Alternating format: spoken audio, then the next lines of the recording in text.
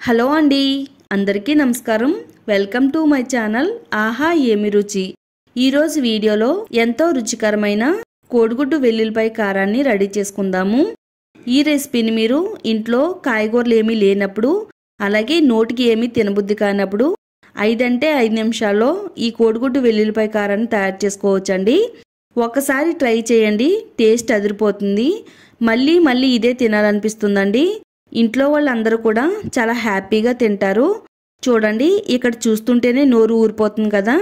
మరి ఇంకెందుకు లేటు, వీడియోని ఎక్కడ కూడా స్కిప్ చేయకుండా ఫస్ట్ నుంచి లాస్ట్ వరకు చూడండి.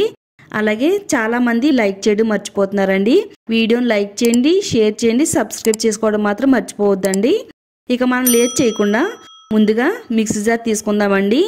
అందులోకి 3 లవంగాలు, అలాగే 2 యాలకులు, 1/4 టేబుల్ స్పూన్ మిరియాలు, 1/4 టేబుల్ స్పూన్ జీలకర్ర వేసుకుని మూత పెట్టేసుకుని ఒకసారి కచ్చా పచ్చగా గ్రైండ్ చేసుకుందామండి. ఇవి కొద్దిగా గ్రైండ్ చేసుకున్న తర్వాత దీంట్లోకి ఒక పెద్ద సైజు వెల్లుల్లిపాయని తీసుకుని వెల్లుల్లిపాయ పైనుండే పొట్టు తీసేసుకుని ఇందులో వేసుకోవాలండి.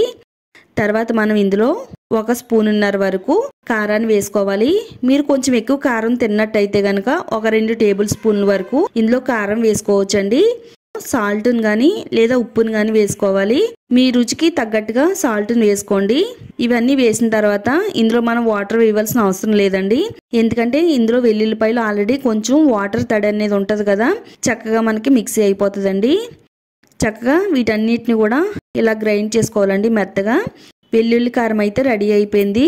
వీటిని పక్కన పెట్టుకుందాము. నెక్స్ట్ ఇప్పుడు స్టవ్ ఆన్ చేసుకుని స్టవ్ పైన కడాయి పెట్టుకుని కడాయి కొద్దిగా వేడైన తర్వాత ఇందులో 3 టేబుల్ స్పూన్లు ఆయిల్ వేసుకోవాలి.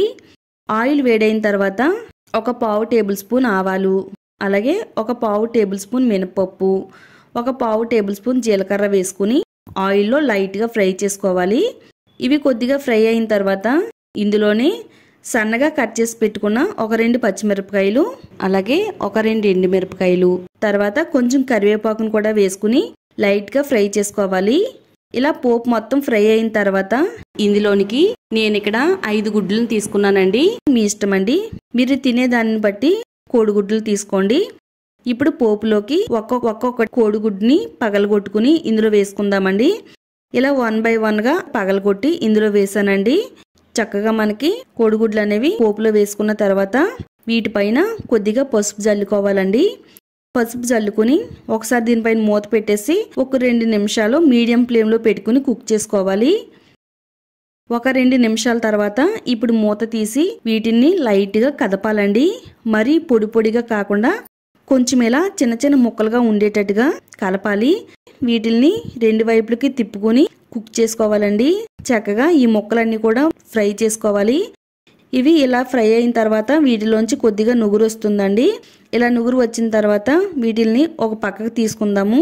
ముందుగా రెడీ చేసి పెట్టుకున్న వెల్లుల్లి కారాన్ని ఇందులో వేసుకుందామండి. ఇక్కడ ఆల్రెడీ కొంచెం ఆయిల్ ఉంది కదా, ఈ ఆయిల్లో వెల్లుల్లి కారాన్ని వేసుకుని చక్కగా ఫ్రై చేసుకుందామండి. స్టవ్ని మీడియం ఫ్లేమ్లో ఉంచుకుని ఈ వెల్లుల్లి కారాన్ని చక్కగా ఫ్రై చేసుకుందామండి. 2-3 నిమిషాలు ఫ్రై అయిన తర్వాత ఈ వెల్లుల్లి కారాన్ని ఈ కోడిగుడ్డు ముక్కలకి అంటేటట్టుగా అప్లై చేసుకుని మొత్తం అంతా కూడా ఒకసారి కలిపేసుకుని మరలా 2-3 నిమిషాల పాటు ఆయిల్లో ఫ్రై చేసుకోవాలి. ఇవన్నీ కూడా అసలు పచ్చివాసన ఏమీ లేకుండా ఫ్రై చేసుకోవాలండి. లాస్ట్లో మీరు కావాలనుకుంటే కొంచెం సాల్ట్ వేసుకోండి. ఒకవేళ మీకు సాల్ట్ సరిపోయింది అనుకుంటే కనుక అవసరం లేదండి. ఇవన్నీ కూడా బాగా కలిపేసుకున్నాం కదండి.